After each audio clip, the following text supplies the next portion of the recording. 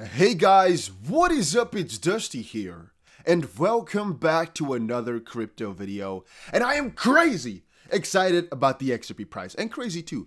Make sure you press the like button if you are enjoying these crypto videos and you want to support the channel, or if you are excited about XRP price. You know what? Also comment down below. Are you excited about XRP? Yes or no? Put it in the comment section down below, and also subscribe to the channel if you haven't done so already. Somebody wants to pay this nobody as an advisor for his new $300,000 crypto bag, currently all cash.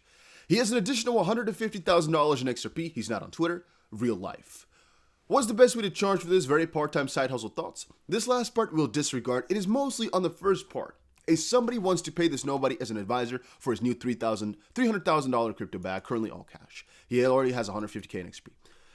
I would first of all say, if you are a crypto investor and you are not over on Twitter, you're making a pretty big mistake if you don't also actively watch, for example, YouTube videos or read the news all the time. But then again, reading the news on your own, it ain't going to cut it, I think. There's so much crypto news, and if you have a diversified bag, it's going to be really difficult if you don't just watch some summary videos. Making my own opinion right here, but I think so. Second part would be $300,000. I think it's accumulative, right? So 300 plus the already 150,000. So this guy wants to invest $500,000 and he wants to ask, in his own words, a nobody for it. That's also a scary game. If you're playing around with this much money, either seek quote unquote professional help. Professional is relative, right? But do it with somebody who really already has a lot of money in crypto. Because trust me when I say this, guys, going into crypto with a couple $1,000,000, for example, is so much different than going into it with a couple thousand or a couple hundred. From the buying to the selling to the managing of it, there's so much more that comes to it, and you should know this. In this case here, $500,000 is not gonna, come to that edge just quite yet, but think about that though. If somebody comes up to you with this much money, it's also gonna be a love and hate relationship because they'll love you when it goes proper, because once more, a good XP day can make this increase by freaking a house, $200,000 in a couple days. Then again, it could also go down by a house worth of money.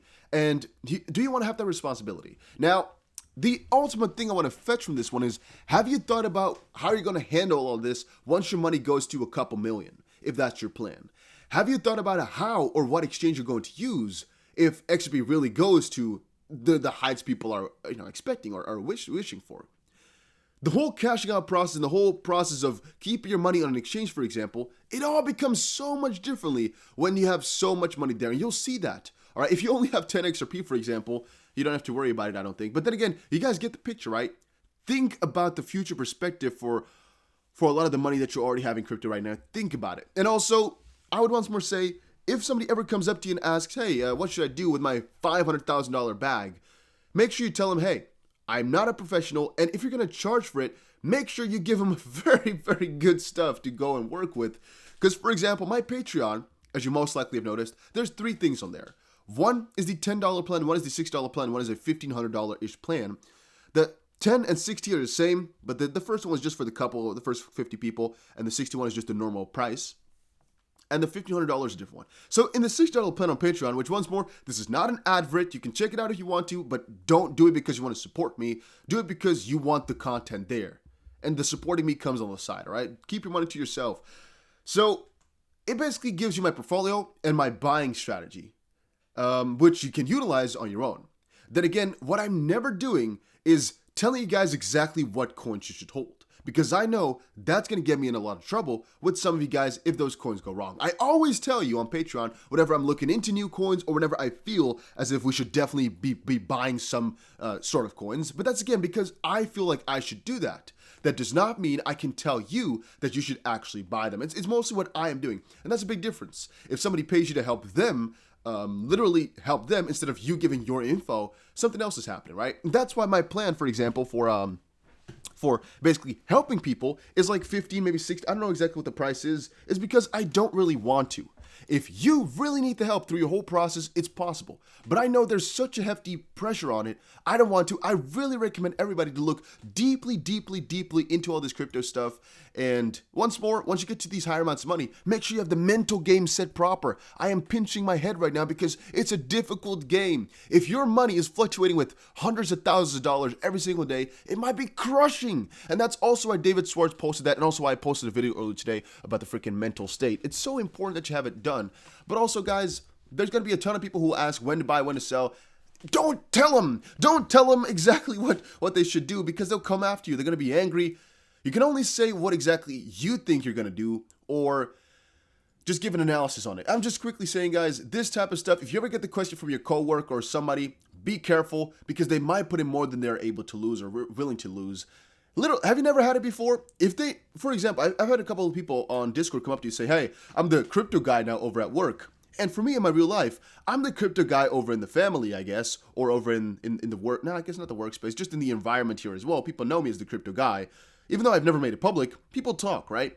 And if they know you have, for example, an XRP, they know you have crypto, the word will go around very often. It will go around a little bit. Do you want to always have that little pressure of help people? Just always, my always answer is just like, I don't know, man. I don't know. I mean, a lot can happen. If you want me to tell you about some cryptos, okay, we can definitely do that. But I can never tell you which coins will work properly, because, you know, that's a risky game.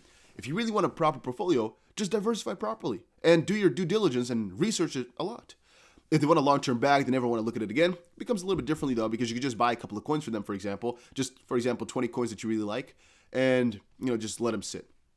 All right, but that's a little bit of a story of if you become the crypto guy in your area, which is likely to happen specifically if they know you have a lot of crypto. And if XRP, for example, goes to $20, they'll be at your door. They'll be knocking, all right? Trust me when I say that. If they know anything about it, they'll come knocking. It always happens. Same thing happened when Bitcoin went up. Everybody went knocking on my door all of a sudden, like, "Hey, I heard you were in I heard you were in Bitcoin, right? Can you maybe help me? What coins are good?"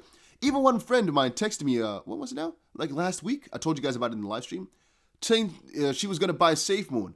And I told you all, what's she going to ask me next? And you know what happened next? She asked me, when this SafeMoon thing didn't work out, what should I buy next? Well, I already know the mentality of hers is just messed up. She, however, can't take a loss, right? She knows crypto is a win and lose game. But then again, those types of guys, I don't want to help either, because they might have the wrong expectation of crypto, and I don't like to aid all that stuff where they, again, mess themselves up. You guys know what I mean. All right, so James Fillon here posted, Ripple, the individual defendants and the SEC News have to respond to John Dean's motion to intervene on Monday, May 3rd, and we will probably see a ruling on some of the pending discovery disputes sometime next week. No hearings are scheduled for the next week as of today, and as it currently stands, I would say the 3rd is going to be one of the most important dates yet, because it's going to be the SEC's response to the motion to intervene. Remind you guys, or let me remind you, the motion to intervene is basically John Dean, with the help of 16,000 XRP investors, coming into the lawsuit saying, hey, we don't think we are being properly represented. We want to get in. We want to, really come out for our goals, come out for our vision and everything like that. So that is basically what is going on right now. May 3rd, again, 2 days from now, so it's going to be pretty damn juicy, or about tomorrow actually from now on already. Let's see what the Ripple's going to respond to the SEC. I'm kind of thinking the SEC is going to respond something negatively, of course, and Ripple would want it. If Ripple wouldn't want this motion to intervene, it would be like a rat in the grass. But I don't think they would do this because they know they'd be shooting themselves in the foot. So I think Ripple will just have to, take it in. They might just have some key critical points on the motion to intervene, as, again, it's written by a couple of people, maybe only John Dean, I'm not sure.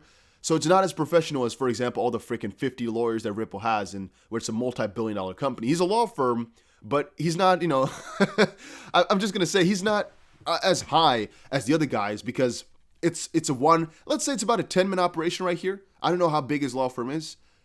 You have Ripple then, which costs freaking hundreds of thousands of dollars a day, right, to get that done. So, I mean, it's not to be compared. If they have some critical points to the paper, that's completely fine as well. We'll see it.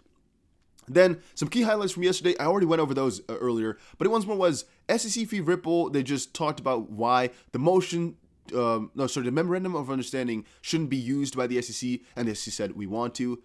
And again, the judge has to rule on that. Here's another interesting article I just wanted to quickly let you guys know about. DOJ and IRS analysis of crypto records and work with private experts and international partners leads to arrest.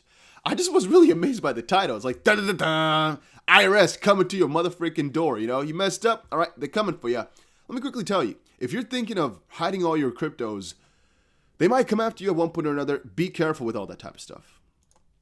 Ripple posted over on Twitter, CEO Brett Garlinghouse joins CNBC's Squawk Box Asia. It kind of feels as if Brett Garlinghouse only has freaking interviews to do.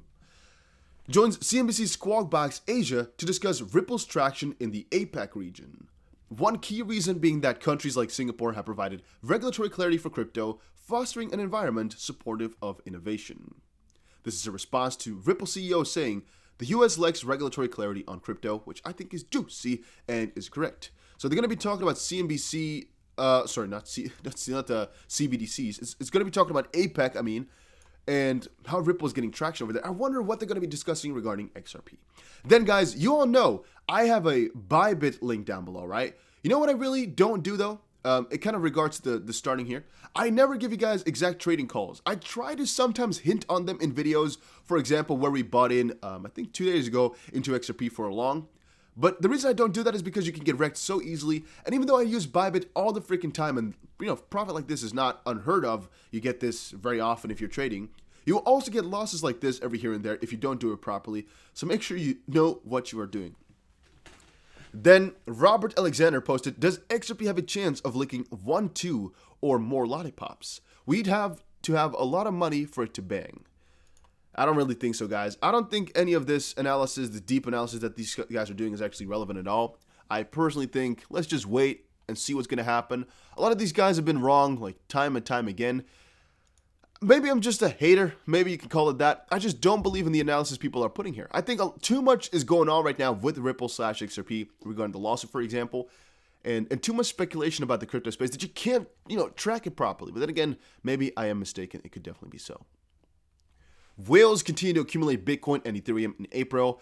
Fun fact, they only mentioned Bitcoin and Ethereum in most articles ever, even though XRP is being hoarded by a lot of whales too. We keep knowing it, we know it, but they don't tell you about it. I think they'll only start to tell you about XRP once they are properly regulated. Coinbase acquires data analytics platform Skew, allows US users to buy crypto using PayPal. We talked about this before. I wanted to quickly mention it again for people that did not see the previous video. And Virunga National Park now accepts Bitcoin, Ether, Litecoin, Chainlink, and other coins as donations. But also, I did not see XP in this list, which once more most likely has to do with the fact that XP is not properly regulated, which is another point of thinking, right? If they get the proper clarity, they can be included in all of these solutions, which didn't include XP to start off with. It's going to be huge, even PayPal, for example. But yeah, that was it for today's video. Hopefully you all enjoyed it. If you did, make sure you press the like button and subscribe, and I will definitely see you guys again in another crypto video.